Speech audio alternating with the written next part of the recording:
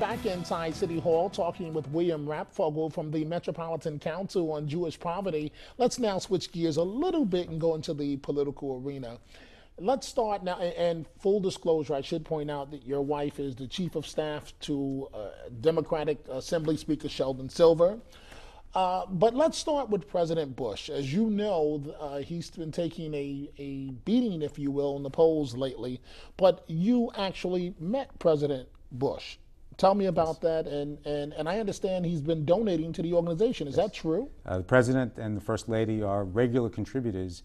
For the past 4 years, they've sent a regular check, usually around October, November, or December, to Met Council, a nice, generous check. We were very surprised. The first time we got it, it really blew us away. Oh, he didn't tell you the check was coming? No, he didn't tell us the check was coming, and this check shows up one day. It happened to be a very quiet Friday that it showed up, and the office just really erupted when people saw that. I mean, because after all, whatever issues people have with him, he's still the President of the United States. He's got a big country, 50 states, lots of cities, and a lot of charitable organizations. And to get a nice four-figure generous check from him was pretty shocking. We met. I can't say that I agree with everything that he does. I can be pretty assured about that. But I have to say that when we met, we hit it off. He listened to some of the things that we do, our food pantry programs, and really trying to help people achieve independence. And we hit it off, began talking about baseball and running. In fact, at the time, I just had some back problems, a herniated disc, and he was just telling me to take it easy and not to try to run too hard with the herniated disc. But basically, we hit it off, and that's... Now, I know, I believe you met him. The president appeared in an event. He had you at one of his events. I believe it was, what, 2004? Right, is 2004, he paid tribute, what they call is the Compassion in Action program. They pay tribute to 8 organizations around the country. Out of the 8 organizations, ours was the only one that was not in a swing state. The other 7 were in places like Ohio, Pennsylvania, Florida. Ours was the only non-swing state charity.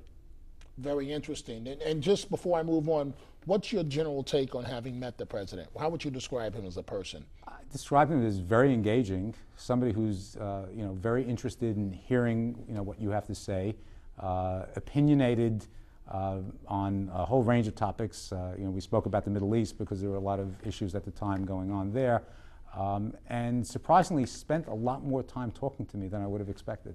Really? Now, those unexpected checks from the President and Mrs. Bush, for how many years have they arrived to the council? Now it's been 4 years coming. So he's donated for 4 years? 4 years. Very interesting. Well, let me switch gears. Again, your wife works for a Democrat. Yes. But how would you assess the first 8 months in office of Governor Spitzer? How's he doing thus far? And are you worried that he perhaps has squandered an opportunity? Because I would imagine many of his agenda are ideas that you would agree with, and perhaps he can't pursue that agenda because he finds himself caught up in the middle of a controversy. I was fortunate to serve on his Human Services transition team, and I've had an opportunity to talk to him about some of the issues that we've been talking about here in terms of helping people in poverty. And you're absolutely right in terms of many of the issues are issues that we champion. He gave a speech a couple of weeks ago that was extremely important in dealing with poverty and the working poor and how to help people, particularly who are stuck in the middle after losing benefits as they struggle out of poverty and losing Medicaid and Section 8 and food stamps and so many other things, and has a very, very important agenda that needs to be heard. Now, as far as, I think he's had a difficult first few months, but some very successful politicians have had difficult first few months or first few years. Bill Clinton, if you recall, had a terrible 18 months when he first took office, and then he really took charge and was very successful in driving the agenda in Washington and around the country and revitalizing the economy. Mayor Bloomberg, if I recall, had a tough first year in the aftermath of 9/11. So I think that Governor Spitzer can rebound from this. You mentioned Bloomberg, and you said you believe he's doing a good job. I believe that was your opinion. That's overall. Right.